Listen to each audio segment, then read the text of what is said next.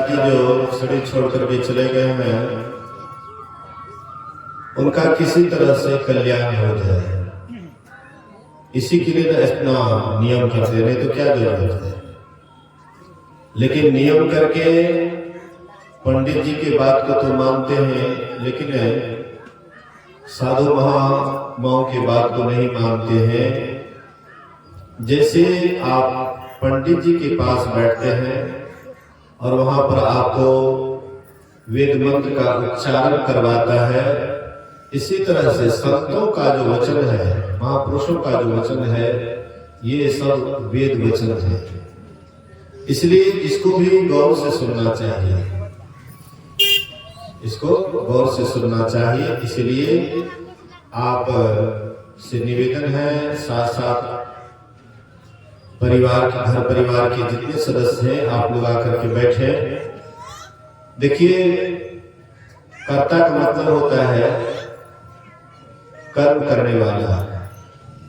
तो जो भी आप कर्म कर रहे हैं ईश्वर के ऊपर छोड़ दीजिए। ईश्वर अर्पण बुद्धि से कर्म करेंगे तो कर्म का लेप नहीं चढ़ेगा। ईश्वर के ऊपर छोड़ दीजिए। जो भी कार्यक्रम है, हाँ, सबको थमा दीजिए और आप आकर के यहाँ बैठिए, एकदम शांत मन से सुनिए। परमात्मा को देखते हैं, पूरा दुनिया चलाता है, परमात्मा पूरा संसार को चलाता है, लेकिन उनसे शांत और कोई नहीं होगा। अब समझिए थोड़ा सा कितना भार है उनको। पूरा दुनिया को चलाने वाले ये सूर्य, चंद्र, पृथ्वी, ये जो कुछ भी हम आप देखते हैं, पूरे संसार को वे चलाते हैं। लेकिन सबको चलाते हुए भी वे एकदम आनंद में है, एकदम शांत है। परमात्मा से शांत और कुछ भी नहीं हो सकता है।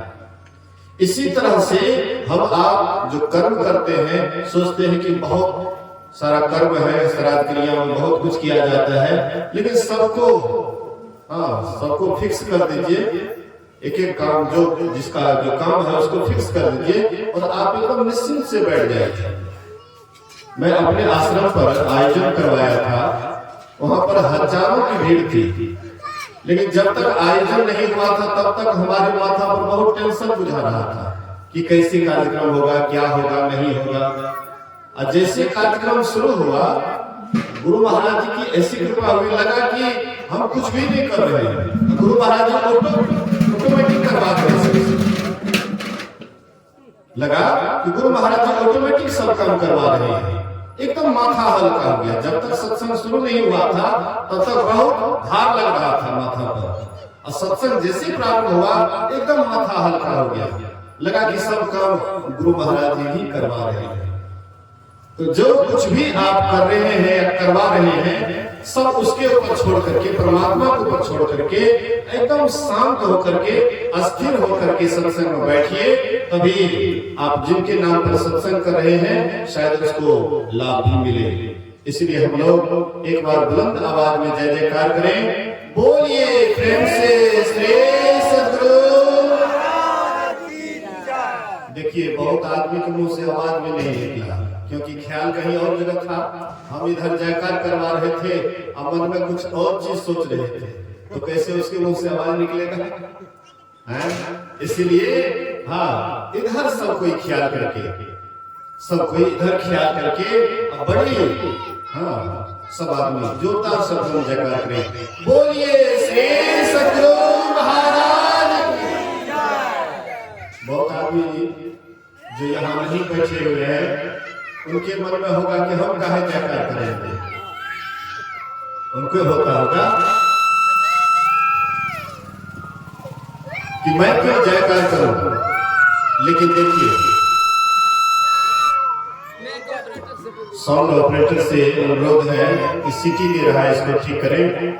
बोलिए श्री सद्गुरु। लेकिन एक बात याद रखिए, जो काम हम करते हैं उसका एक संस्कार बन जाता है, आदत बन जाता है। जो भी काम करते हैं, अच्छा काम कीजिए उसका भी धीरे धीरे संस्कार बन जाता है, और बुरा काम करते हैं उसका भी संस्कार बन जाता है, आदत बन जाता है। नहीं चाहते हुए बुरा काम हम करते हैं, जिसका आदत बन जाता है, नहीं चाहते हुए भी विवश होकर के हम वह काम करते हैं। इसलिए आदत अगर अच्छा काम का बनाइएगा, जैसे जयकार करना, जब जयकार होता है उस समय में सबको करना चाहिए, जहां तक आवाज जाते हो सबको करना चाहिए। और जयकार करने से क्या लाभ होता है, थोड़ा सा सुन लीजिए, बोलिए प्रेम से श्री सद्गुरु। गोड्डा तरफ की बात है, जयकार करने से लाभ मैं बतलाता हूं। गोड्डा तरफ की बात है, एक माता जी वृद्धावस्था में दीक्षा ली थी, दीक्षा लेकर के ध्यान भजन करते थे, और सत्संग कहीं होता था तो बड़ा प्रेम से सुनती थी, और जयकार में बहुत आगे रहती थी। जैसे जयकार होता था खूब एकदम आनंद से जयकार करती थी, बड़ा जोर शोर से जयकार करती थी। हेलो, बोलिए श्री सद्गुरु। तो बराबर जो जयकार करती थी, आदत पड़ गया था। हमने कहा ना कि जो काम आप बराबर करते हैं तो आदत पड़ जाता है, वैसे आदत पड़ गया था उसको। लगभग 6 महीने तक खूब बढ़िया से सत्संग की, ध्यान की, संजोग से उसका शरीर छूट जाता है, वह माता जी का शरीर छूट जाता है। जैसे शरीर छूटता है, यमदूत आए उसको लेने के लिए, यमदूत लेने के लिए आए, लेकर के जाते हैं यमराज के पास, चित्रगुप्त से लेखा जोखा करवाते हैं। कहती ये बूढ़ी माई बहुत पाप की है, हाँ बहुत पाप की है, इसलिए इसको अग्नि के कुंड में डाल दो। यमदूत से बोले इसको अग्नि कुंड में ले जाकर के डाल दो। तो यमदूत ले गए अग्नि कुंड में, बहुत बड़ा अग्नि कुंड था। उसमें जैसे ही डालना चाहते थे, इसको याद आ जाता है, जयकार का याद आ जाता है। कहते श्री सद्गुरु महाराज की जय। जैसे हाँ जयकार लगाए, श्री सद्गुरु महाराज की जय, श्री सद्गुरु महाराज की जय, जयकार लगाए, गुरु महाराज बचाइए, गुरु महाराज बचाइए। जैसे जयकार करती है, गुरु महाराज को आर्त पुकार लगाती है, गुरु महाराज साक्षात लाठी लेकर के प्रकट हो गए। बोलिए श्री सद्गुरु। साक्षात लाठी लेकर के प्रकट हो गए और कहते हैं यह बूढ़ी माई को क्या कर रहे हो? बोले कि बहुत बड़ा पापनी है, यमराज का आदेश है कि इसको हाँ अग्नि कुंड में डालना है। बोले कि तुम नहीं जानते हो, ये मेरी शिष्या है, ये मेरी शिष्या है, और मैं इसका ठेका लिया हूं, मैं इसका ठेका लिया हूं। और जब तक ये दयाल के घर नहीं जाएंगे, परमात्मा के घर नहीं जाएंगे, बीच में इसको छुट्टी नहीं है, छोड़ दो इसको। जैसे गुरु महाराज बोले छोड़ो इसको, देखते हो लाठी, यमदेव तुरंत बक्स से छोड़ दिया। छोड़ते हैं, इधर बूढ़ी माई को हाँ अर्थी वगैरह बना करके तैयार करके, उसके शरीर को स्नान करवा करके, अर्थी पर लेटा करके, 4 आदमी जैसे कांधे लेना चाहते थे, उठाना चाहते थे अर्थी, वह बूढ़ी माई उठ करके बैठ गई। बोलिए श्री सद्गुरु महाराज। बूढ़ी माई उठ करके बैठ गई। सबको आश्चर्य लगा कि माई तुम तो मर गई थी, अब तुम्हारा इधर सारा व्यवस्था हो गया है, अब हम लोग अर्थी उठाने वाले थे, लेकिन तुम ही उठ करके बैठ गई। बोले कि हाँ ऐसी ऐसी बात है कि मैं यमराज के पास गई, वहां पर लेखा जोखा करने के बाद बोले कि इसको अग्नि के कुंड में डाल दो, लेकिन जैसे मैं आग पुकार लगाई, गुरु महाराज बचाइए, गुरु महाराज लाठी लेकर के प्रकट हो गए और बोले कि ये मेरी शिष्या है, इसको छोड़ दो। गुरु महाराज जी डांटे, वह तुरंत छोड़ दिया और मैं वहीं से आ रही हूं। मतलब कहने का देख लीजिए, जयकार करने से भी कितना लाभ होता है। महापुरुषों के जयकार करने से भी कम लाभ नहीं होता, और उसके बाद ध्यान भजन करने से कितना लाभ होता है, वो तो जो करते उसको पता है। इसलिए जयकार में भी पीछे नहीं रहना चाहिए। बोलिए प्रेम से श्री सद्गुरु महाराज की। अखंड मंडलाकारं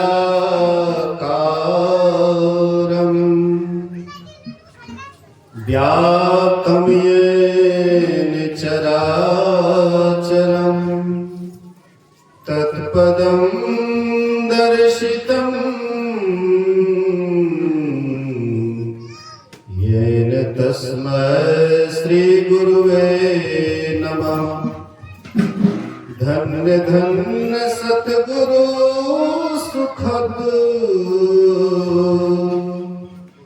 महिमा कहे न जाए। जो कुछ कहो तुम्हारी कृपा, मोते कछो न बसाए। सर्वत्र सर्वदा वर्तमान सद्गुरु महाराज जी के पावन चरणों में कोटि कोटि नमन। उपस्थित गुरुजन, धर्म प्रेमी सत्संगी बंधुओं, पूजनीय माताओं तथा भक्तिमती बहनों, त्रिदिवसीय संतमत सत्संग का आयोजन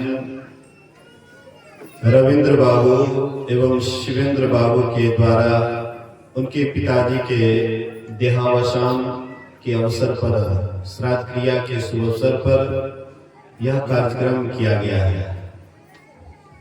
सबसे पहले तो हम लोग इस पर विचार करें कि श्राद्ध क्रिया क्यों करवाते हैं, क्यों करते हैं।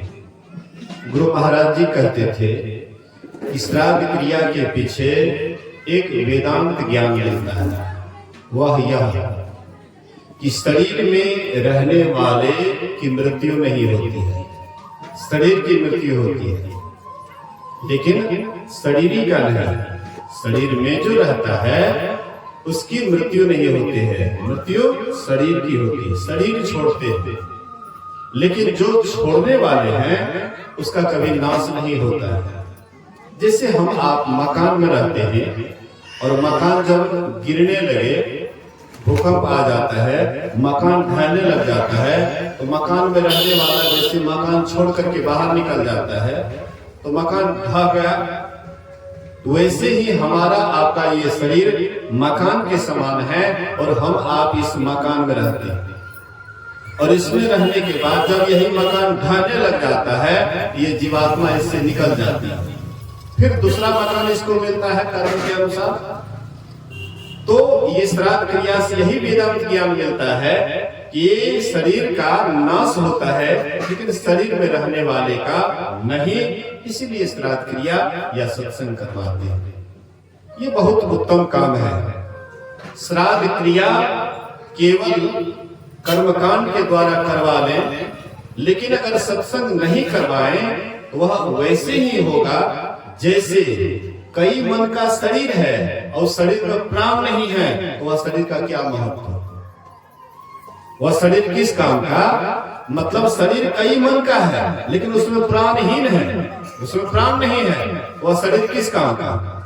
ऐसे ही सब काम आप करते हैं लेकिन सत्संग नहीं करते हैं, ध्यान नहीं करते हैं, तो समझ जाइए कि आपका भी वैसे ही नहीं। जीरो बहुत लिख लीजिए, आप पीछे में एक मत लिखिए। वह जीरो का क्या महत्व? कोई महत्व है उसका? एक देने के बाद जैसे जैसे जीरो बैठाइएगा वैसे वैसे उसकी संख्या बढ़ती जाएगी। इसी तरह से महापुरुष कहते हैं कि कोई भी काम कीजिए, सत्संग ध्यान को आगे करके कीजिएगा, जरूर है, निश्चित है कल्याण होगा। तो अभी जो हम आप बैठे हुए हैं, यहाँ पर आप लोगों के बीच उपनिषद का पाठ किया गया। उपनिषद ज्ञान बहुत आवश्यक है। बहुत आदमी जीवन भर रामायण पढ़ते रहता है। रामायण पढ़ करके जो सही ज्ञान है उसको नहीं समझ पाते हैं, केवल कथा कहानी का ग्रंथ समझ करके जीवन भर पढ़ते रहते हैं, लेकिन सही ज्ञान का विकास नहीं होता है। लेकिन उपनिषद में बहुत गूढ़ ज्ञान ऋषियों के द्वारा दिया गया है। अभी हम लोग ब्रह्मा और शंकर जी के संवाद को सुन रहे थे। ब्रह्मा जी जिज्ञासु हैं और शंकर जी जिज्ञासा समाधान करने वाले हैं। ब्रह्मा जी जिज्ञासु हैं। ब्रह्मा जी क्यों जिज्ञासु है और क्यों ब्रह्मा जी जिज्ञासु बन करके बहुतों के पास गए? क्योंकि ब्रह्मा जी सृष्टि करता है। जानते हैं संसार में सभी जीवों का सृजन कर दिए वह परमात्मा ईश्वर या कहिए ब्रह्मा जी के द्वारा। जब सभी जीवों का सृजन हो गया, सृष्टि हो गया, तो अंत में सबसे अंतिम में मानव को बनाए, मानव का सृजन किए। मानव के सृजन करने के बाद आगे सृष्टि किसी का नहीं की, अंतिम सृष्टि अंतिम रूप में मनुष्य को ही बनाए। लेकिन मनुष्य बनाने के बाद भी, मनुष्य का सृष्टि करने के बाद भी देखते हैं ब्रह्मा जी ये मनुष्य और ज्यादा दुखी है। सोचे कि इसको बनाने के बाद सारी समस्या का हल हो जाएगा, सब समस्या खत्म हो जाएगा। लेकिन ब्रह्मा जी देखते हैं कि मनुष्य बना दिए, लेकिन लगता है कि और जीव से भी ज्यादा दुखी मनुष्य है। इसलिए उसके अंदर चिंता हो जाती है कि आखिर ये मनुष्य जो दुखी है तो इसके दुख का निवारण कैसे होगा, ये पूरा का पूरा दुख से कैसे छूट जाए, ये कैसे परम कल्याण को प्राप्त करे, परमात्मा को प्राप्त कर ले, ताकि इसका आवागमन ही सदा के लिए खत्म हो जाए। यही चिंता उनको सताने लगे और इसी के लिए वे जिज्ञासु बन करके जहां देखते थे ज्ञानी लोग बैठे हुए हैं, ज्ञान की बात करते हैं, हाँ दर्शन शास्त्र की बात करते हैं, वेद उपनिषद की बात करते हैं, ज्ञानियों के पास जाते हैं और ब्रह्मा जी कहते हैं कि आप बड़े ज्ञानी हैं, कहिए तो यह जीव जो आवागमन में पड़ा हुआ है, ये मनुष्य जो दुख में है, इसको दुख से कैसे छुट्टी मिले, इसका कोई उपाय बताइए। इसके लिए ज्ञानियों ने कहा कि जब तक ज्ञान का अवलंब नहीं लेंगे तब तक इसके दुख का निवारण नहीं होगा। फिर वे जाते हैं जहां पर बहुत ध्यानी बैठे हुए थे, एकदम ध्यान में लवलीन थे, योग में लवलीन थे, उनके भी निकट गए और उनसे भी प्रार्थना करते हैं कि कहिए यह जीव जो दुख में पड़ा हुआ है, इसके दुख का निवारण कैसे होगा, इसका क्या उपाय है। वे कहते हैं इसके लिए योग करना पड़ेगा, ध्यान करना पड़ेगा, तपस्या करना पड़ेगा। लेकिन ब्रह्मा जी दोनों में से किसी से संतुष्ट नहीं हुए। अंत में गए महायोगेश्वर भगवान शंकर के पास, जो 1.25 लाख योग में निष्णात थे। एक तो योग नहीं, 1.25 लाख योग में निष्णात रहने वाले महायोगेश्वर भगवान शंकर। और उनसे भी प्रार्थना करते हैं कि लोग 2, 4, 10, 20 योग किए हैं और आप तो 1.25 लाख योग को सिद्ध किए हुए हैं। इसलिए मैं आपसे पूछता हूं, ये जीव जो दुख में पड़ा हुआ, कष्ट में पड़ा हुआ है, कैसे इसको दुख से छुट्टी मिलेगा, कैसे इसका दुख सदा के लिए समाप्त हो जाएगा। तो भगवान शंकर कहते हैं कि हे ब्रह्मा जी, अगर यह जीव दुख से छूटना चाहता है, सदा के मोक्ष को पाना चाहता है, सदा की मुक्ति पाना चाहता है, ऐसे जो जिज्ञासु है उसके लिए तो 2 काम अनिवार्य है। योग के बिना ज्ञान अधूरा है, अज्ञान के बिना योग अधूरा है। इसलिए ज्ञान और योग जो मुमुक्षु है, मोक्ष की इच्छा रखते हैं, परमात्मा को पाना चाहते हैं, ईश्वर को प्राप्त करना चाहते हैं, तो ऐसे को दोनों का अवलंब लेना पड़ेगा। ज्ञान का भी अवलंब लेना पड़ेगा और ध्यान का भी अवलंब लेना पड़ेगा। ज्ञान का अवलंब लेने से क्या होगा, आप जब ज्ञान की बात सुनते हैं, मन में होता है कि एकांत बैठ करके ध्यान करें। गुरु महाराज जी कहते थे, जिस सत्संग से ध्यान करने की प्रेरणा ना मिले वह सत्संग नहीं है। गुरु महाराज कहते थे कि जिस सत्संग में बिंदु नाद की चर्चा नहीं हो वह सत्संग नहीं है, क्योंकि संतमत बिंदु नाद पर ही टिका हुआ है। ये संतमत की असली गुण ज्ञान बिंदु नाद है। बिंदु नाद को भूल गए तो समझ जाइए कि संतमत को भूल गए। इसीलिए कहते हैं कि जो जिज्ञासु है पहले उसको ज्ञान जानना पड़ेगा। ज्ञान किसको कहते हैं? ज्ञान कहते हैं जानने को। क्या जानने को? माया ईस्न आप जान कहिए सो जीव, बंध मोक्ष प्रद सर्व पर माया प्रेरक शिव। कहते हैं कि जो अपने को नहीं जानते, जो माया को नहीं जानते हैं, जो ईश्वर को नहीं जानते हैं, उसी को जीव कहते हैं, और बंधन और मुक्ति को देने वाले को शिव कहते हैं, परमात्मा कहते हैं। इसलिए जानना है, जानने के लिए हम लोग संसार का बहुत ज्ञान जानते हैं। कोई भी कम जानकार है? आप लोग जो नीचे में बैठे हैं, तो क्या आप लोग अज्ञानी हैं? हम कहेंगे कि ऊपर में बैठने वाला ज्ञानी है और नीचे में बैठने वाला अज्ञानी है। आप लोग सब उठ करके चले जाइएगा। महात्मा जी क्या कहते हैं? ज्ञान का मतलब ये नहीं होता है कि केवल कमाना, खाना, बाल बच्चा पैदा करना, घर परिवार बसाना या इसकी उन्नति करना, केवल इतना ही ज्ञान है। ये तो शरीर वाला ज्ञान है। शरीर को बढ़ाने के लिए, शरीर का लालन पालन के लिए, बाल बच्चे का लालन पालन के लिए ये ज्ञान ठीक है, लेकिन शरीर ज्ञान तक ही अगर आप सीमित रह जाते हैं तो हम में और पशु में कोई अंतर नहीं है। पशु इतना ज्ञान नहीं जानते हैं, अपना बाल बच्चा को पैदा नहीं करते हैं, उसका लालन पालन नहीं करते पशु। अभी आप हम पशु पालते हैं, लेकिन एक समय में यही पशु जब जंगल में था तब आप देख रेख नहीं करते थे। यह पशु बच्चे को जन्म देता था, दूध होता था, उसका पालन करते थे और धीरे धीरे अपने आप बड़ा होता था।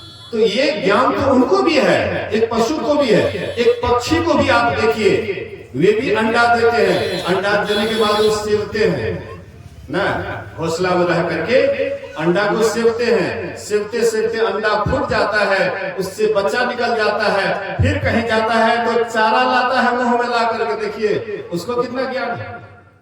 जाता है कहीं और उधर से आने लग जाता है तो मुंह में चारा लेकर के आता है और वह छोटा बच्चा को मुंह में डालता है, चोंच में डालता है, धीरे धीरे वह बच्चा बड़ा होता है। ये ज्ञान उसको नहीं है। आप ही को ज्ञान है कि हम ही बच्चा को पालते हैं, आपसे उसको कम ज्ञान नहीं है। इसलिए उत्तर गीता में कहा गया है, आहार निद्रा भय में च सामान्य में तत् पशुभिः नराणां ज्ञानं नराणां अधिकं विशेषो ज्ञानेन हीना पशुभिः समाना। आहार निद्रा, हम आप जैसे भोजन करते हैं वैसे पशु पक्षी भी भोजन करता है।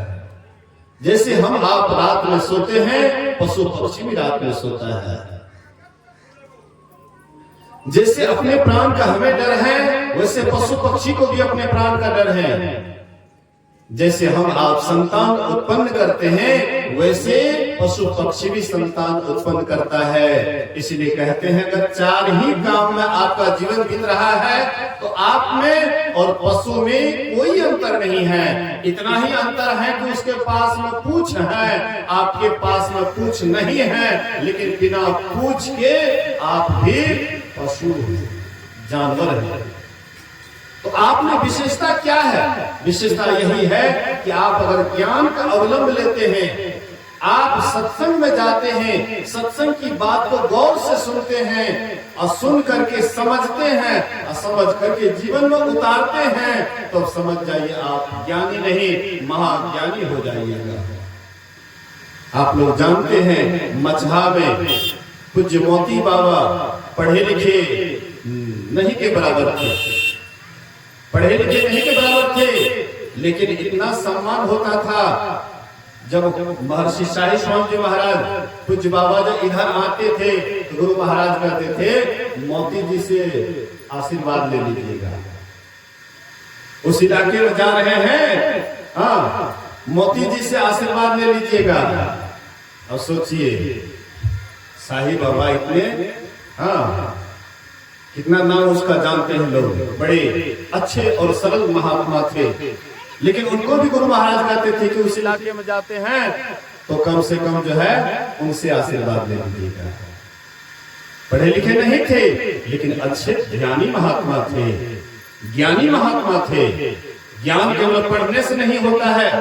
आप लोग ऐसा सोचते होंगे कि पढ़ने से ही ज्ञान होता है, तो ये आप तब ठीक से नहीं समझते हैं। मैं आपसे पूछता हूँ, कबीर साहब कौन स्कूल गए थे? कौन स्कूल में गए थे? कबीर साहब स्वयं कहते हैं मसीह कागज छुओ नहीं। कबीर बीच में दिक्कत है। बोलिए प्रेम से श्री सद्गुरु। कबीर साहब कौन स्कूल गए थे? वे अपने बारे में कहते हैं, मसीह कागज छुयो नहीं, कलम कहियो नहीं हाथ। मैंने कभी मसीह कागज को नहीं छुआ, कलम हाथ से नहीं पकड़ा। लेकिन कबीर साहब क्या अज्ञानी थे, इतने बड़े ज्ञानी जिनसे बढ़कर के कोई ज्ञानी हो ही नहीं सकता। लेकिन कौन स्कूल में गए थे कबीर साहब? यही स्कूल में जहाँ पर हम आप बैठे हुए, जिस स्कूल में हम आप बैठे हुए हैं, यही स्कूल में कबीर साहब गए थे। यही स्कूल में पढ़ते पढ़ते कबीर साहब बहुत बड़े ज्ञानी हो गए। इसलिए ज्ञान होता है सत्संग करने से। सत्संग करिएगा, धीरे धीरे आप नहीं भी पढ़े लिखे हैं, बहुत बात जानने लगिएगा, बहुत बात समझने लगिएगा। गुरु महाराज जी जब बड़ानी घाट में अखिल भारतीय हो रहा था, उसमें महेश योगी आए हुए थे। महेश योगी जो देश विदेश जाते थे, वे आए हुए थे और उन्होंने कहा था कि महर्षि मेही के जो हल चलाने वाले शिष्य हैं, उसके पास जो ज्ञान है मेरे पास उतना ज्ञान नहीं है। कैसे कह दिए थे कि जो महर्षि मेही के हल चलाने वाले शिष्य हैं, उनके पास जितना ध्यान है वह मेरे भी पास नहीं है। सोचिए, थोड़ा सा विचारिए। गुरु महाराज जी एक बार गए थे डेढ़ी ऑनसोन, वहां पर मास ध्यान चल रहा था। मास ध्यान के अंत में गुरु महाराज जी वहां गए हुए थे, जब 2-3 दिन बाकी था। गुरु महाराज जी जब धारा प्रवाह प्रवचन किए, एक बहुत पढ़े लिखे विद्वान पंडित गुरु महाराज जी के प्रवचन को सुने। अंत में आरती होने के बाद गुरु महाराज जी के पास आए और प्रार्थना करके हाथ जोड़ करके कहते हैं कि आपने तो ब्रह्म ज्ञान को मोतियों की तरह धरती पर बिखेर दिए हैं। बोलिए श्री सद्गुरु। आप पृथ्वी पर मोतियों की तरह ब्रह्म ज्ञान को बिखेर दिए हैं। गुरु महाराज जी कहते हैं कि बिखेर तो दिया हूं, लेकिन लेने वाले कितने हैं, इसको ग्रहण करने वाले कितने हैं? मतलब बहुत कम है। तो ये आप सत्संग बराबर कीजिएगा, चाहे पढ़े लिखे हैं या नहीं भी हैं, बहुत ज्ञान को जानने लगेगा। तो सत्संग से ज्ञान होता है, ध्यान करिएगा, वह ज्ञान प्रत्यक्ष होगा। सत्संग क्या है? यह है थ्योरी ज्ञान, और ध्यान क्या है? प्रैक्टिकल। हम लोग रोज रोज पढ़ते हैं ना, बिंदु ध्यान विधि नाद ध्यान विधि, सरल सरल जग में परचारी, सब संतन की बड़ी बलिहारी। रोज रोज पढ़ते हैं बिंदु ध्यान विधि, नाद ध्यान विधि, सरल सरल जग में प्रचारी, सब संतन की बड़ी बलिहारी। अगर आप ध्यान करिएगा तो कभी ऐसी भी स्थिति आएगी, गुरु की कृपा होगी, आप उसका भी दर्शन कर लीजिएगा कि बिंदु ध्यान क्या होता है, नाद ध्यान क्या होता है। मानस जप की अनुभूति आपको हो जाएगी, मानस ध्यान की ठीक अनुभूति हो जाएगी, और आपके अंदर में बिंदु भी झलकेगा, प्रकाश भी होगा। लेकिन करिएगा तब ना, केवल सब दिन गाते रहिएगा, केवल सुनते रहिएगा, कभी करिएगा नहीं, तो केवल गाने से क्या होगा? धीरे धीरे वह ज्ञान को, असली ज्ञान को भूल जाइएगा। इसलिए ध्यान प्रत्यक्ष दिलाता है, प्रत्यक्ष आपको प्रमाण दिलाता है कि सही में बिंदु ध्यान, नाद ध्यान सबसे सरल साधना है, सरल सरल जग में प्रचारी। लेकिन करेंगे तब। जो काम हम करते हैं, चाहे कठिन से कठिन काम हो, लेकिन जब उसको करते हैं तो धीरे धीरे एक दिन वही काम बहुत सरल हो जाता है। और जो काम आसान भी है, लेकिन उसको कभी करने का प्रयास नहीं करते हैं, तो आसान काम भी हमें कठिन बुझाता है। जैसे एक उदाहरण लीजिए कि कोई टेलर मास्टर है और आप अनभिज्ञ हैं, आपको दे दे कपड़ा काटने के लिए, तो आप क्या कीजिएगा? कपड़ा को बर्बाद कर दीजिएगा। और वही टेलर मास्टर के पास में वही कपड़ा जाता है तो उसको कितना बढ़िया से ऐसे लेगा, तुरंत इधर से उधर कैंची चला देगा, आप कहिए ये क्या कर रहे हैं। लेकिन वह जो काटता है आपका कपड़ा बर्बाद नहीं होता है, आपको एक और सुंदर रूप, कपड़ा का सुंदर रूप दे देता है, उसको पहनते हैं कितना बढ़िया लगते हैं। तो ऐसे ही वह उस काम में कुशल है, इसलिए उसको सुलभ बुझाता है, और हम आप उसमें कुशल नहीं हैं, इसलिए बड़ा कठिन बुझाता है। ऐसे ही ध्यान भी संत महापुरुष कहते हैं कि बहुत सरल साधन है, लेकिन हम इसको नहीं करते हैं, इसलिए बड़ा कठिन बुझाता है। लगता है पहाड़ जैसे पहाड़ पर कोई चढ़ता है और बहुत कठिन बुझाता है, वैसे ही ध्यान में भी लगता है कि बहुत मतलब कठिनाई है, लेकिन ध्यान से आसान और कोई काम नहीं, लेकिन करने पर आसान होता है। गोस्वामी तुलसीदास जी महाराज विनय पत्रिका में कहते हैं, रघुपति भगति करत कठिनाई। रघुपति की जो भक्ति है करने में बड़ी कठिनाई है। यह बात सुन करके सत्संगियों के मन में होगा कि सही में जो रघुपति भक्ति करने में कठिनाई है, तब दिमागी लगाना बेकार है, तब छोड़िए देते हैं सत्संग, ध्यान करने से तो बड़ी कठिनाई है, तो कौन इतना पहाड़ पर चढ़े।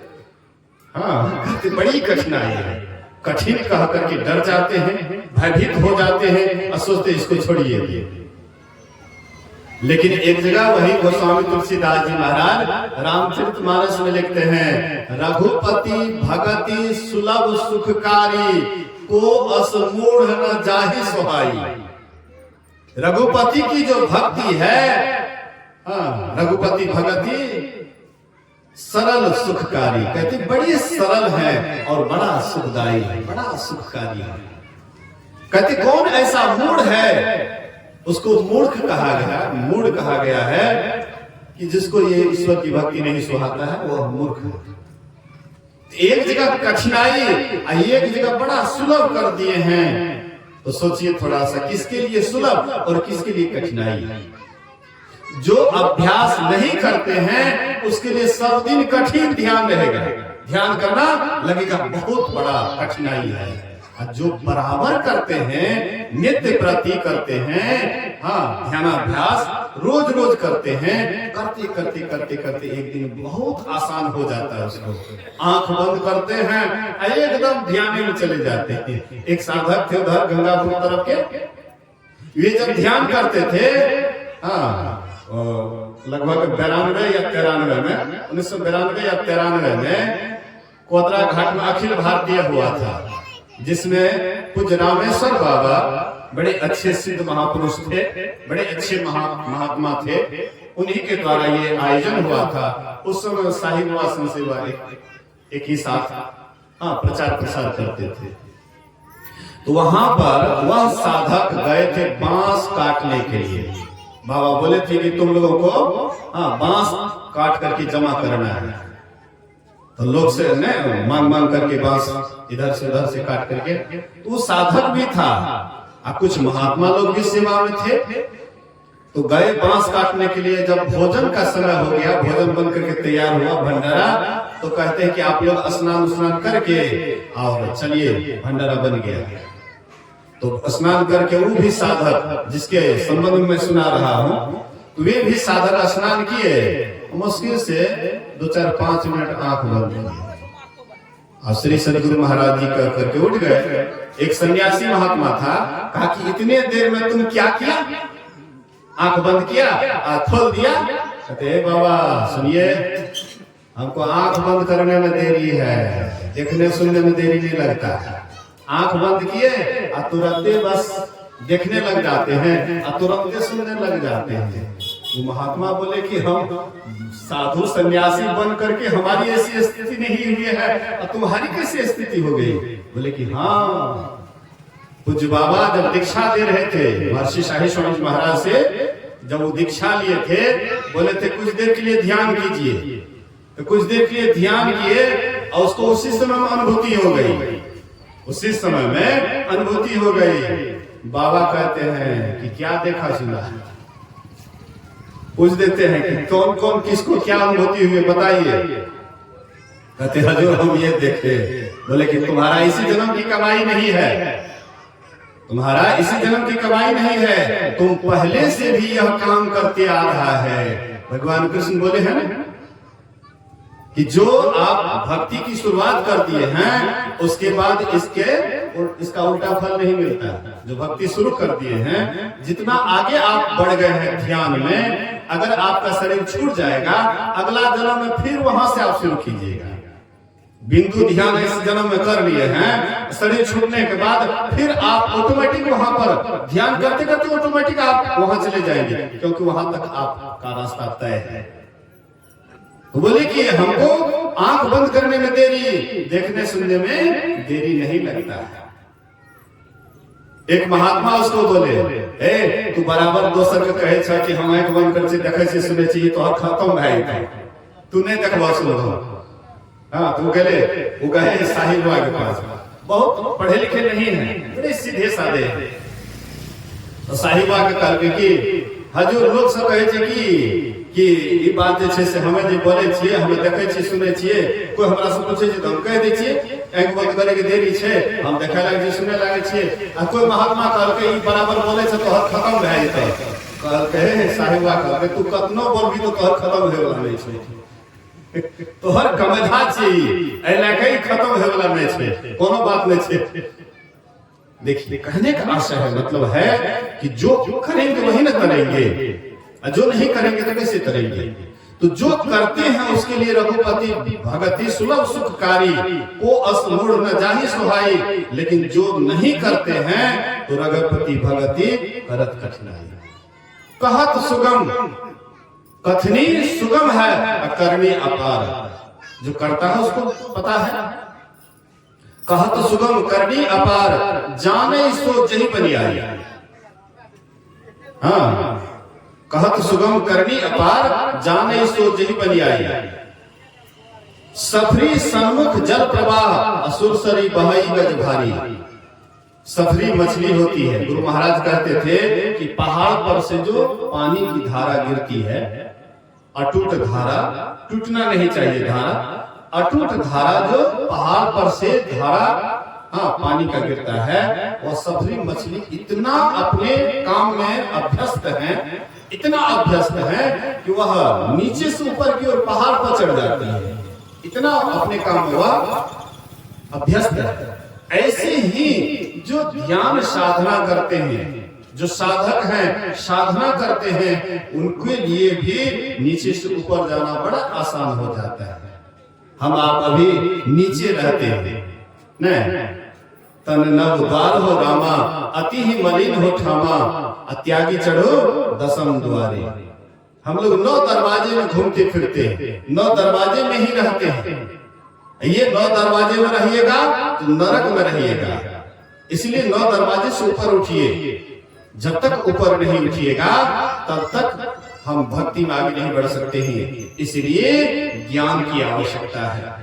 जहां कहीं भी सत्संग हो, मन में नहीं रखना चाहिए कि कौन आया है, उसके सत्संग में जाएंगे या इसके सत्संग में जाएंगे। चलिए जाइए, जाकर के बढ़िया से गौर से सुनिए, जो लेने योग्य बात है उसको ले लीजिए, और जो आपको बुझाता है कि ये लेने योग्य बात नहीं है उसको आप छोड़ दीजिए। तो सत्संग करने से ज्ञान होगा, और ध्यान करने से उसका प्रत्यक्षीकरण होगा, प्रत्यक्ष होगा। और तब आप जब आगे बढ़ जाइएगा तो फिर कहना क्या है। अगर ये सत्संग ध्यान करते हुए अगर आपका शरीर छूटेगा, आपकी दुर्गति नहीं होगी, दुर्गति नहीं होगी। भगवान कृष्ण से भगवान ये अर्जुन पूछते हैं कि कोई योग का आरंभ कर दिया है, सत्संग ध्यान करना आरंभ कर दिए हैं, योग का आरंभ कर दिए हैं, अब बीच में ही उसका शरीर छूट जाता है, वह योग भ्रष्ट हो जाता है, तो कहीं वह उसकी दुर्गति तो नहीं हो जाती है। जैसे आकाश में बादल लगता है और जोरों का तूफान आता है, वह बादल छिन्न भिन्न हो जाता है, कहीं वह व्यक्ति बीच में विनष्ट तो नहीं हो जाता है, नाश तो नहीं हो जाता है उसका।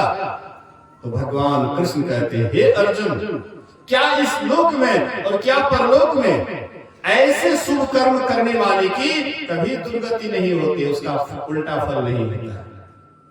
उसका जब शरीर छूटता है तो वह सीधे स्वर्ग को जाता है, मेरे स्वर्ग को जाता है और वहां से जब नीचे उतरता है तो किसी श्रीमान के घर या योगियों के कुल में जन्म लेता है। इस प्रकार का जन्म सबको नहीं मिलता है।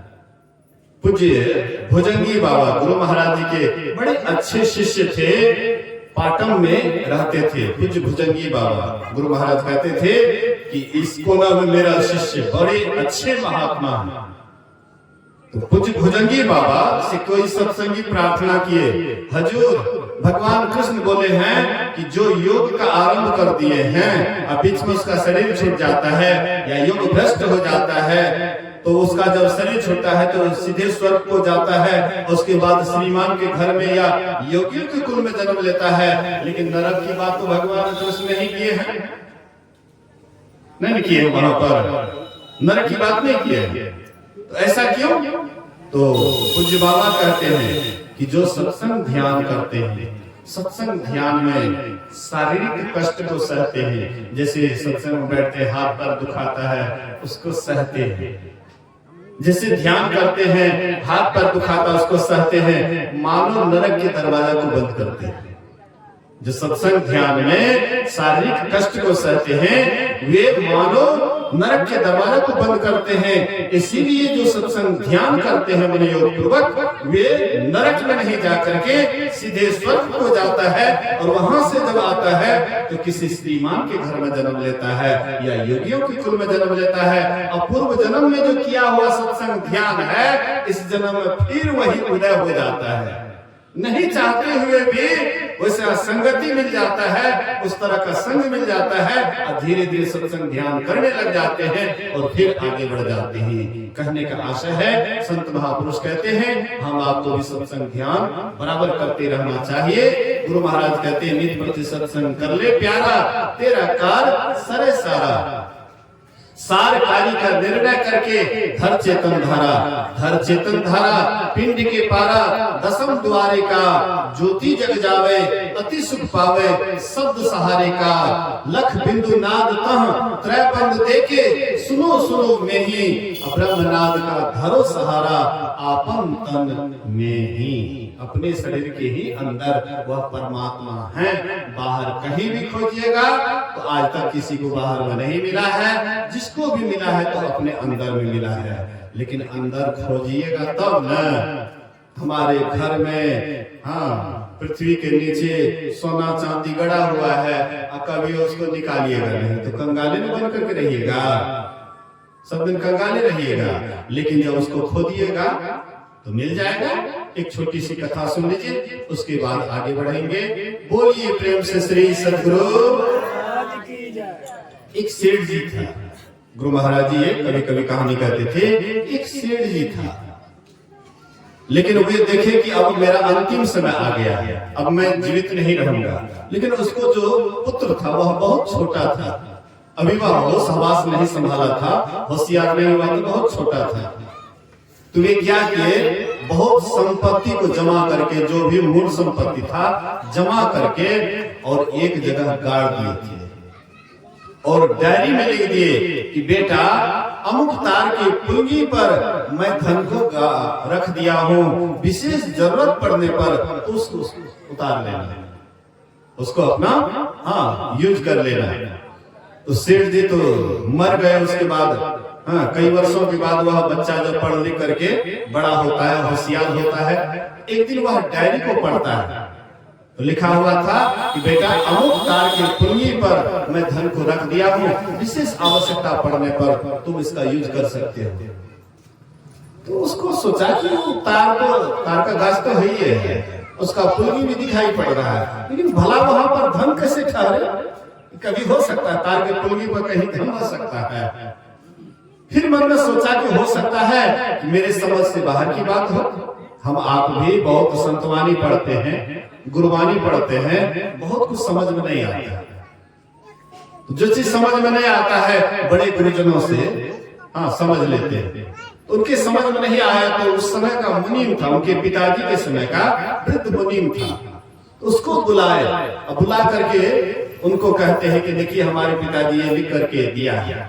बोले कि उसमें दिन तारीख भी है? बोले कि हाँ दिन तारीख है। तो फलाना दिन, हाँ फलाना तारीख को इतना बज करके इतना मिनट पर वह धन को उतार देना।